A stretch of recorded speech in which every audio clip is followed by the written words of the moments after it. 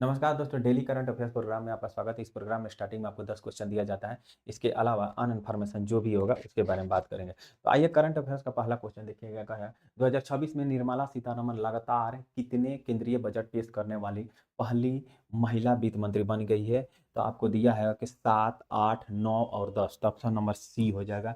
ये 9वीं बार जो है बजट को पेश करने वाली पहली महिला बन गई है। यानी कि 2026 और 27 का जो बजट पेश हुआ है, इतिहास में ऐसा पहली बार हुआ है कि ये रविवार को पेश हुआ है। ये भी याद रखना है, रविवार को। ठीक है, चलिए।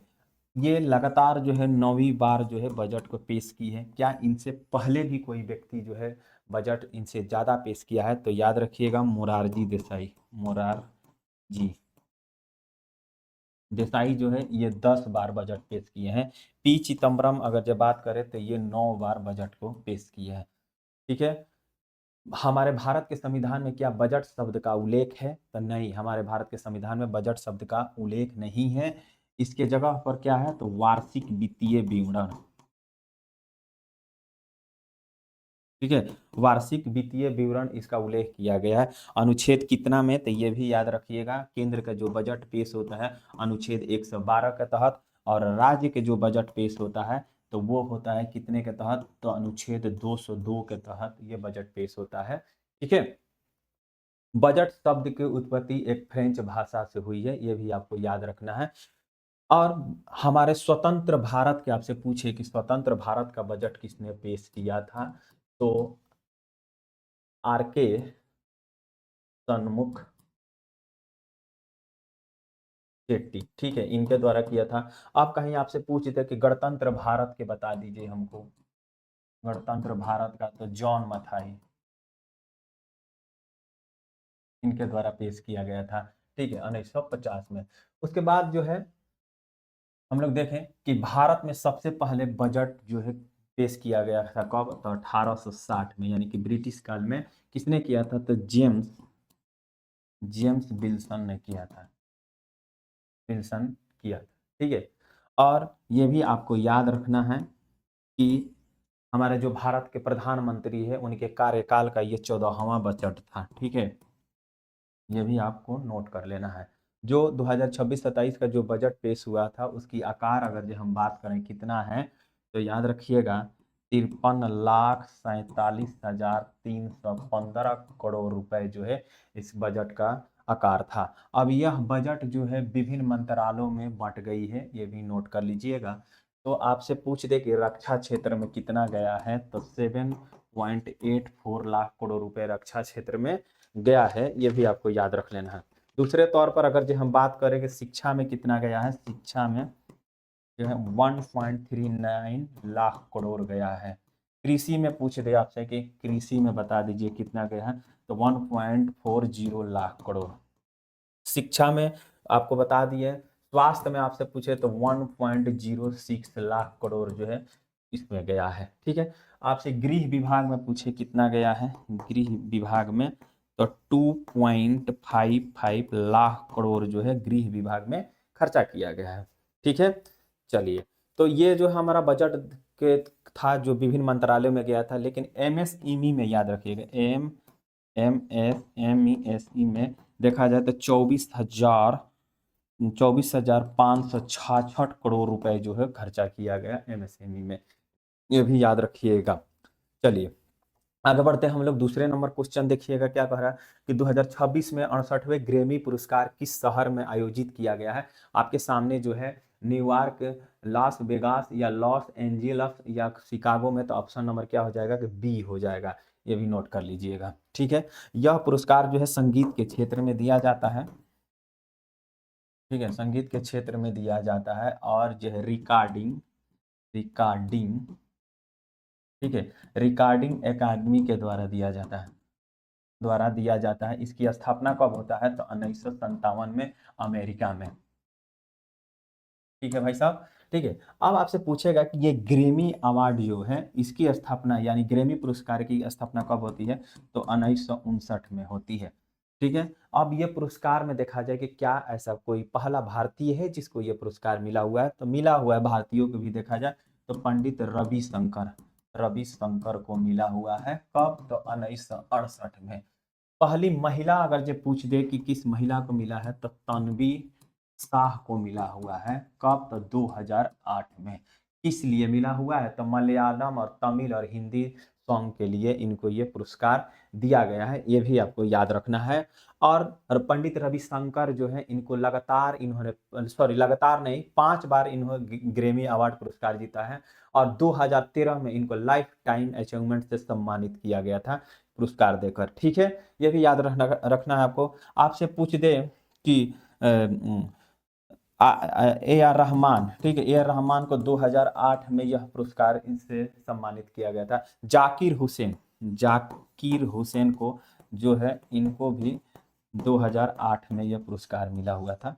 तो कुछ कुछ जो महत्वपूर्ण जो व्यक्तियों का नाम है, उनके बारे में हम क्या किए, आपको बता दिए। ठीक है, चलिए तीसरा नंबर क्वेश्चन देखिएगा क्या कह रहा है। कह रहा है तीसरा नंबर कि हाल ही में फरवरी 2026 में सुनेत्रा पवार ने किस राज्य के उप मुख्यमंत्री पद के शपथ ली है? तो गुजरात, महाराष्ट्र और आपसे पूछ रहे कि कर्नाटक या राजस्थान। तो ये 4 ऑप्शन दिया हुआ है, ये भी याद रखिएगा। ठीक है, तो ऑप्शन नंबर क्या हो जाएगा कि हमारा सी हो जाएगा, महाराष्ट्र। ठीक है, अजीत पवार जो थे, जिनको एक विमान दुर्घटना में मौत हो जाती है, तब उनके जगह पर इनको डिप्टी सीएम बनाया जाता है, यानी कि उनके मृत्यु के 3 दिन बाद ही इनको डिप्टी सीएम बना दिया जाता है। और कहीं ना कहीं ये जो महाराष्ट्र के राजनीति में एक हलचल हो गया था। ठीक है, तो हम देखते हैं कि ये जो है डिप्टी सीएम बनी हुई है। तो सीएम वहां पर कौन है? तो भाई देवेंद्र फडणवीस वहां के सीएम है। और 2 वहां पर डिप्टी सीएम है, एक नाथ शिंदे और दूसरी जो डिप्टी सीएम हमारा बनी है सुनेत्रा पवार। ठीक है, ये अजीत पवार की पत्नी है। इससे पहले ये राज्यसभा के सांसद भी रह चुकी हैं, राज्यसभा जो है उनके सांसद भी रह चुकी है, ये भी आपको याद रखना है। ये किस पार्टी से भाई? तो इनका एक राष्ट्रवादी कांग्रेस पार्टी है, राष्ट्रवादी राष्ट्रवादी कांग्रेस पार्टी है एक पार्टी जो है। उनका घड़ी जो है चुनाव चिन्ह है, ये भी आपको याद रखना है। ठीक है, चलिएगा। तो अब वहां का राज्यपाल देखा जाए तो आचार्य देवव्रत हैं, याद रखिएगा। राज्यपाल पूछे आपसे तो देवव्रत हैं। ठीक है, यहाँ पर विधानसभा की अगर जो हम सीट पूछे कि महाराष्ट्र में विधानसभा के सीट कितना है, 288 विधानसभा का सीट है। विधान परिषद आपसे पूछे तो 78 को सीट है। लोकसभा के सीट आपसे पूछ रहा है कि कितना है बताइएगा, तो लोकसभा के 48 गो है। राज्यसभा के अगर आपसे सीट पूछे तो बता दीजिएगा कि 19 गो यहाँ पर सीट है। ठीक है, तो ये महाराष्ट्र के कुछ हम लोग राजनीतिक बातें थी, वहाँ के क्या है क्या नहीं, उसके बारे में हम लोग बात किए। ठीक है भाई साहब, आगे आइएगा। यहाँ पर देखा जाए कि महाराष्ट्र की बात करेंगे तो ये 2 वहां पर डिप्टी सीएम है, ये भी आपको हम बता दें, एक नाथ शिंदे और सुनित्रा पवार जो है, ये वहां के 2 डिप्टी सीएम है। महाराष्ट्र जो और गुजरात से कब अलग हुआ था, तो आपको याद रखना है 1960 में ये दोनों एक दूसरे से अलग होकर अलग राज्य बन गए थे। ठीक है, आगे बढ़ते हैं इसमें। लेकिन आपके मन में एक आता है कि क्या डिप्टी सीएम पद जो है, क्या हमारे भारत के संविधान में है? उल्लेख इसका नहीं है। याद रखिए, ये परंपरा चलती आ रही है कहाँ से? तो सरदार वल्लभ भाई पटेल जो थे, वो भारत के पहले उप प्रधानमंत्री बने हुए थे। तो ये डिप्टी सीएम का जो पद होता है, समझ जाइएगा कि वो एक मलाईदार पद दिया जाता है। तो वो मुख्यमंत्री के बाद से उन्हीं का एक पावर देखा जाता है, जैसे गृह मंत्रालय दिया, मैंने कोई बढ़िया मंत्रालय दे दिया जाता है। ठीक है, तो क्या अगर जब मुख्यमंत्री मर जाते हैं तो क्या डिप्टी सीएम मुख्यमंत्री के पद पर बैठकर काम करेगा? ऐसा कभी नहीं कर सकता है, ये भी याद रखिएगा आपको। ठीक है, तो चलिए आगे बढ़ते हैं हम लोग। 4 नंबर क्वेश्चन देखिएगा। बायोलॉजिकल जो है सिमिलर के उत्पादन के लिए भारत के पारिस्थितिक तंत्र को मजबूत करने के लिए केंद्रीय बजट 2026-27 में कौन सा योजना प्रस्तावित किया गया है, ये आपसे पूछ रहा है, तो बताइएगा। तो कह रहा है कि बायो फार्मा शक्ति योजना, pharma vision 2030, national bio manufacturing machine या बायोलॉजिकल्स के लिए प्रोडक्शन लिक्विड इंसेटिव जो है ये पुरस्कार बता रहा है। देखिएगा, बायोलॉजिकल मेडिसिन वैश्विक मैन्युफैक्चरिंग हब बनाने और सिमिलर दवाइयों के निर्माण निर्माण करने के लिए ये कहा जा रहा है इसमें। ठीक है, भारत अभी देखा जाए यानी कि सस्ती दवाइयों का निर्माण अभी भारत में नहीं हो रहा, क्योंकि बढ़िया बढ़िया जो बीमारी की बात करेंगे, जो बड़ी बड़ी बीमारियां होती है उसके लिए दवा जो है बड़े महंगे महंगे होते हैं। अमेरिका देखा जाए, जो दवा की जो ब्रांड है उस पर 200, 300, 150 इतना परसेंट दवाओं पर टैक्स लगाकर वो भारत में बेचता है, ये भी याद रखिए। तो भारत को कहा गया है कि 2000 जो 26-27 का जो बजट पेश हुआ है, तो इस बजट में कहा गया है कि हम लोग अब क्या करेंगे, जैविक दवाओं पर क्या करेंगे कि काम करेंगे, ये भी आपको याद रखना है। ठीक है, अब ये जैविक दवा जो है कैसे तैयार किया जाएगा, तो जैविक जीव जंतु और कोशिका और जो है प्रोटीन, जीन और इससे बैक्टीरिया वगैरह से हम लोग ये दवा को तैयार किया जाएगा, लेकिन यह एक महंगा प्रोसेस होता है वो। ठीक है, दवा ये बनाने में कठिनाई होती है, ये भी आपको याद रखना है। लेकिन अब इसमें कहा जा रहा है कि ये सिमिलर जो दवाइयां हैं जिनकी पेटेंट क्या होती है कि खत्म हो जाती है, पेटेंट क्या होती है भाई, खत्म हो जाती है। तो खत्म होने के बाद क्या होता है कि दूसरी जो कंपनियां क्या करती है, उसी कंपोजिशन में उसका क्या करती है, कॉपी करके यहाँ पर दवाइयाँ सस्ती दामों में क्या करती है, बेचना शुरू कर देती है। तो अब यहाँ पर अब कहा जा रहा है कि अब हम लोग क्या करेंगे कि हम लोग करेंगे कि जो है ना दवाइयाँ अब सस्ता और दरों पर उपलब्ध हम लोग कराएंगे, ये कहा जा रहा है। ठीक है, आगे बढ़ते हैं इसमें। तो ऑप्शन नंबर क्या हो जाए, बायो फार्मा शक्ति जो है ए हो जाएगा।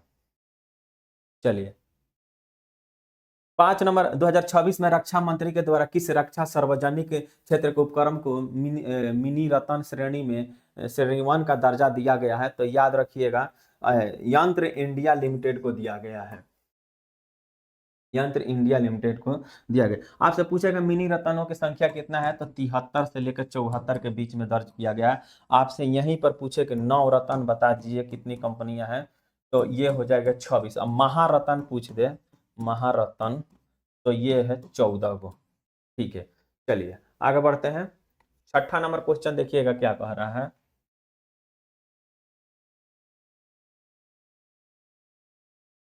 करके 31 दिसंबर 2025 को भारत के रिन्यूएबल एनर्जी क्षमता में सबसे बड़ा योगदान देने वाला भारतीय राज्य कौन है, गुजरात, तमिलनाडु, कर्नाटक और राजस्थान। तो याद रखिएगा ये हो जाएगा गुजरात। ठीक है, गुजरात हो जाएगा। यहाँ पर देखा गया कि 42.583 गीगावाट जो है नवीकरणीय ऊर्जा उत्पादन किया गया है, और ये पहला बन गया है तो गुजरात। ठीक है, उसके बाद दूसरे स्थान पर सौर ऊर्जा का स्थान दिया गया, सौर ऊर्जा। चलिए, 7 नंबर क्वेश्चन देखिएगा क्या कह रहा है।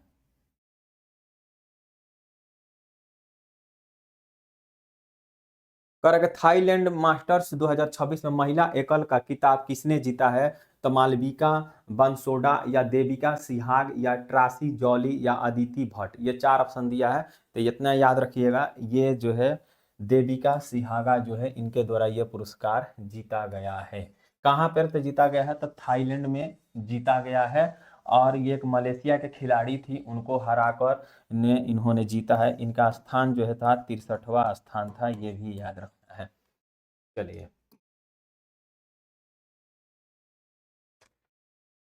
आगे हम लोग बढ़ते हैं कि कह रहा है कि भारत के कह रहा है कि इनसाइड रेमिडिएशन एक्सीलेटर प्रोग्राम के तहत इनसाइड पर पुराने कचरे का वैज्ञानिक तरीके से इलाज करने के लिए वो कौन सा टेक्नोलॉजी अपनाई गई है, ये कह रहा है। तो ऑप्शन नंबर क्या हो जाएगा, देखिएगा डी हो जाएगा। कह रहा है कि बायो माइनिंग टेक्नोलॉजी जो है इसको अपनाया गया है, ये आपको बात याद रखना है।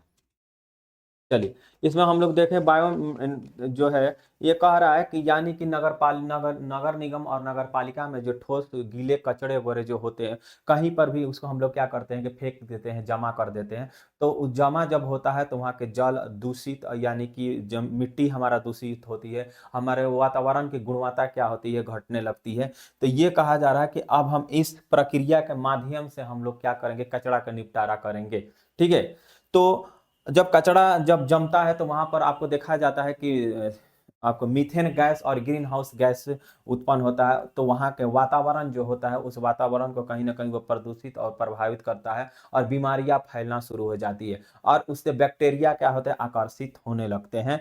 तो ये ऑप्शन नंबर क्या हो जाएगा कि हमारा डी हो जाएगा। चलिए आगे बढ़ते हैं।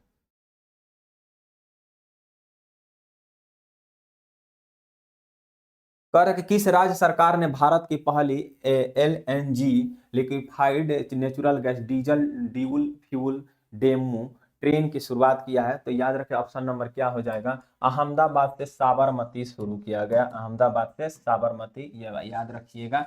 अब इसमें कहा जा रहा है कि इसमें जो है एलएनजी और डीजल का मिश्रण होगा। एलएनजी का मिश्रण जो होगा वो 40% होगा और यह जो है 2000 किलोमीटर तक चलाकर इसका ट्रायल प्रशिक्षण कर लिया गया है।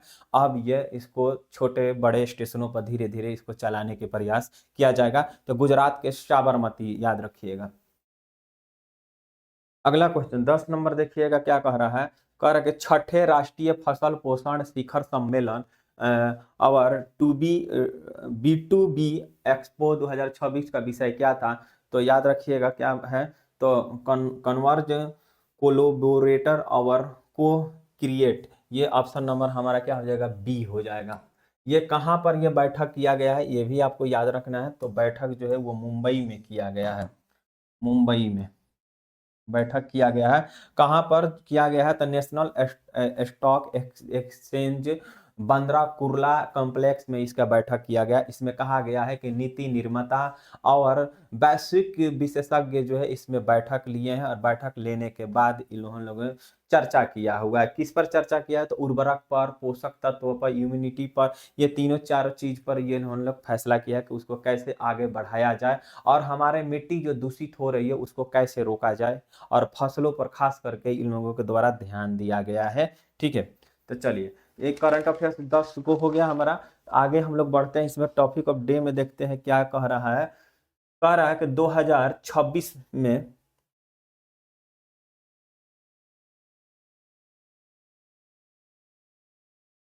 चलिए इसमें देखिएगा। हाँ, समाचार में क्या है, तो उत्तराखंड के राज्यपाल ने समान नागरिक संहिता और विरोधी धर्मांतरण कानून के लिए संशोधन विधेयक को तकनीकी और कानूनी खामियों के कारण वापस कर दिया है, जिसे राज्य की संवैधानिक भूमिका अनुच्छेद 200 पर बहस छिड़ गई है। अब वो बहस क्या है, राज्यपाल के बीच छिड़ी हुई है, देखिएगा। अब हमारे राज्यपाल की एक संवैधानिक स्थिति का अवलोकन किया गया है, ये हम देखते हैं। कार्य के राज्यपाल अनुच्छेद 153 के अंतर्गत किसी राज्य के संवैधानिक प्रमुख के रूप में कार्य करते हैं। जो है मैंने कोई भी राज्य, यानी कि मान के चलिए कि वो राष्ट्रपति के द्वारा इनकी नियुक्ति किया जाता है और कहा जाता है कि ये राज्य में रहते हैं, तो वो क्या करते हैं, उस राज्य के लिए एक संवैधानिक कार्य में ये भाग लेते हैं। ठीक है, तो राज्य की कार्यपालिका शक्ति अनुच्छेद 154 के अनुसार राज्यपाल को प्रदान करती है। यानी कि राष्ट्रपति, जैसे राष्ट्रपति की कार्यपालिका शक्ति जो है थी राष्ट्रपति के पास होती है, वैसा ही राज्य में भी राज्यपाल की एक कार्यपालिका शक्ति होती है। ठीक है, तो वो कहां पर होती है, तो अनुच्छेद 154 के तहत कहा गया। केंद्र सरकार और राज्य प्रशासन के बीच एक संपर्क का माध्यम कर दे। राज्यपाल जो होते हैं केंद्र और राज्य के बीच में एक माध्यम का काम करते हैं। यानी कि जैसे देखिएगा अगुआ जैसे होता है ना, उनके दोनों बगल काम करते हैं, तो ठीक उसी तरह जो है हमारे भारत के जो राज्यपाल हैं, यानी राज्य के जो राज्यपाल है वो काम करते हैं। यानी कि ये देखा जाता है कि भारत यानी राज्य में जो है राज्य सरकार जो है वो संविधान के अनुरूप चल रही है कि नहीं, या उससे बाहर चल रही है, किसी भी प्रकार के देखा जाता है कि शासन प्रशासन इनसे नहीं संभल रहा है, तो तुरंत इन्होंने क्या करते हैं, सूचना किसको देते हैं, तो राष्ट्रपति को यह सूचना दे देते हैं। तो कहीं ना कहीं ये बीच में मध्यस्थ का काम करते हैं, ये भी याद रखिएगा, समन्वय बनाए रखने के लिए। अगर देखते हैं हम लोग कह रहा है कि भारत के राष्ट्रपति के हस्ताक्षर पर ही, ठीक है, भारत के राष्ट्रपति के हस्ताक्षर और मुहर के साथ वारंट के माध्यम से राज्यपाल की नियुक्ति किया जाता है। जब राज्यपाल की नियुक्ति करना होता है तो अनुच्छेद 155 के तहत किया जाता है, राष्ट्रपति के द्वारा किया जाता है और उनके वारंट और मुहर लगाकर नियुक्ति इनका किया जाता है राज्यपाल के, राष्ट्रपति को। यह राज्यपाल का मतलब ये भारत का नागरिक होना चाहिए और इनका उम्र जो है 35 वर्ष होना पूरी होना चाहिए, ये भी याद रखिएगा। ये किसी सदन का सदस्य इनको नहीं होना चाहिए, ये भी याद रखिएगा। ठीक है, चलिए अब देखिए, वह संसद या राज्य विधानसभा का सदस्य नहीं हो सकता है और ना ही किसी लाभकारी पद का या वो वेतन भत्ता हकदार जो नहीं हो सकते हैं। अनुच्छेद 158 में ये बात कहा गया। शपथ या सत्यापन लेना अनिवार्य है, यानी कि वो अनुच्छेद 159 के तहत क्या कर सकते हैं, वो शपथ ले सकते हैं। अनुच्छेद 174 और 176 के तहत विधानिका कार्य का संचालन करता है, जैसे कि विधानसभा में बुलाना। अब जो भी है, यानी कि जब अनुच्छेद 174 और 76 में यह कहा गया है कि विधानसभा का जो आहूत किया जाता है, यानी कि सत्र को बुलाना, स्थगन करना या विघटन करना इन्हीं के हाथ में होता है।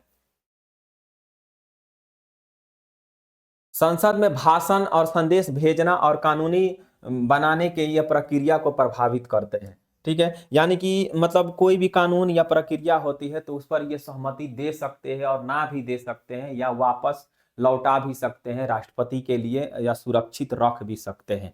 ठीक है, अनुच्छेद 200 के अंतर्गत कानूनों का अनुमोदन रोकना, विचार वापस करना, यानी कि मनी बिल जो होता है उस पर ये रोक नहीं लगा सकते हैं, ये भी याद रखना। पूर्ण वीटो अधिकार, स्थगन वीटो का अधिकार है इनके पास, लेकिन याद रखिएगा मनी बिल को ये लौटा नहीं सकते हैं। और उसके बाद पॉकेट वीटो भी इनके पास नहीं है। ये नहीं कि मनी बिल चाहे कोई भी बिल आया उसको हम रख लें, ऐसा कुछ नहीं है। अनुच्छेद 163 के तहत मंत्री परिषद की सलाह पर कार्य करता है और सिवाय वह निर्णयात्मक मामले के लिए। ठीक है, यानी कि जो है मंत्री परिषद इनको सलाह वगैरह देते हैं। राज्य के अधिवक्ता जनरल की नियुक्ति करते हैं, अनुच्छेद 165 के द्वारा किया जाता है। राज्य की सभी कार्यकारी क्रिया क्रिया राज्यपाल के नाम पर ही की जाती है। ठीक है, अनुच्छेद 166 के द्वारा।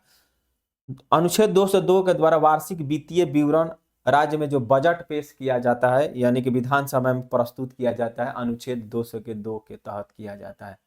अगला क्वेश्चन देखिएगा, अनुच्छेद 205 में पूरक और अतिरिक्त या अधिक अनुदान विधानसभा में प्रस्तुत किया जाता है। अनुच्छेद 205 के पूरक या अतिरिक्त अधिक अनुदान जो विधानसभा में अनुच्छेद 202 के द्वारा किया जाता है। अनुच्छेद 213 के तहत विधानसभा अवकाश पर हो और तत्काल कार्रवाई आवश्यक हो तो राज्यपाल अधिसूचना जारी कर सकता है। ठीक है, यानी कहने का मतलब है कि विधानसभा अवकाश पर अगर तत्काल किसी इमरजेंसी पड़ जाए तो वो इमरजेंसी में क्या कर सकता है, तत्काल कार्रवाई करके वो बुला सकता है। ठीक है, अधिसूचना जारी कर सकता है। अनुच्छेद 161 के तहत क्षमाशीलता शक्तियों जैसे माफ करना और दंड बदलना होता है। क्या भारत के जो राज्य के राज्यपाल हैं उनके पास ये शक्ति नहीं है कि मृत्यु दंड को वो माफ कर दें, या तो ऐसा कुछ नहीं, वो केवल भारत के राष्ट्रपति के पास ही है। सुप्रीम कोर्ट ने 16वें राष्ट्रपति संदर्भ अनुच्छेद 143 में स्पष्ट किया है कि अदालत क्या की है कि विधायकों पर अनुमोदन के देने के लिए राष्ट्रपति या राज्यपाल पर समय सीमा तय नहीं कर सकते हैं। ऐसा करना संघीयता और शक्ति पृथ्वीकरण का सिद्धांत का उल्लंघन करता है, ये भी याद रखना। राज्यपाल संदेश और रिपोर्ट के माध्यम से राज्य विधानसभा के कार्यों को प्रभावित कर सकता है। चलिए आगे देखते हैं इसमें। राज्यपाल का कार्य आयोजकीय और संवैधानिक महत्व को रखता है और राज्य प्रशासन को संवैधानिक मानकों के अनुसार ही सुनिश्चित करता है, ये इसमें कहा गया। चलिए ठीक है, आगे इसमें हम लोग बढ़ते हैं।